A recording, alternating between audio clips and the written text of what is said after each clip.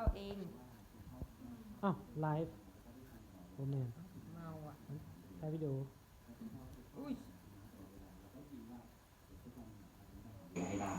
เองกินข้าวเองอันนี้จักปี อายุ1 ปีกินข้าวเองกินข้าวกับไข่ยาบอกินข้าวหลากินข้าวหลาแซ่บสุดบทเพลงนี้ครับเป็นเพลงที่คนรักและแน่นอนครับและนี่คือกินข้าวหลาอินยืด บี้กินเองบี้กินเอง ข้าวอันมือปีนี้เอ็มเอามาต้วนหอมบ่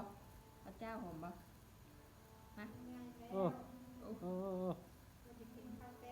ไม่อยากให้ไฟป้อน ไม่อยากให้ใครป้อนกินเองป้อนแม่เด็กป้อนแม่เด็ก เนี่ยบวงหน้าได้ปะ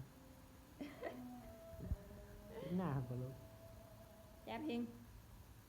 ป้อนแม่เด็กมาป้อนแม่แคบเจมส์ป้อนแม่น้องป้ามันบอกเฮ้ยแคบแม่กินจ้อยแคบนะเฮ้ยเจมส์ฮักแม่เนาะเจมกินแล้วบอกวันนี้นะเจมส์กินแบบนี้นะเจมส์กินแบบนี้นะเจมส์กินกินตัวปลาเลยนี่เด็กก็เจมส์กินนะป้าข้าวอยู่บ่กินแบบอินเดียจับกินเองบุ้ยครับตอนบ่เอาวัดบ่เอา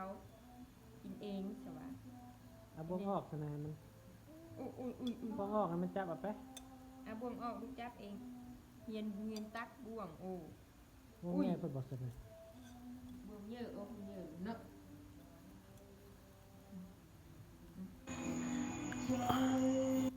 โอ้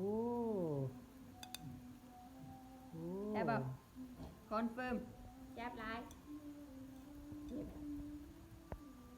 กินข้าวเจ้าป้อนแม่อีกครับลูกกินก็บ่ให้ลูกกินเนี่ยลูกกินเนี่ยแม่ครับน่ะลูกกินเนี่ยเจมกินเนี่ยได้บ่ยากหลายจับเองอยากจะป้อนแบบนี้นะลูกกินเนี่ยบ๊ายบายบ๊ายบาย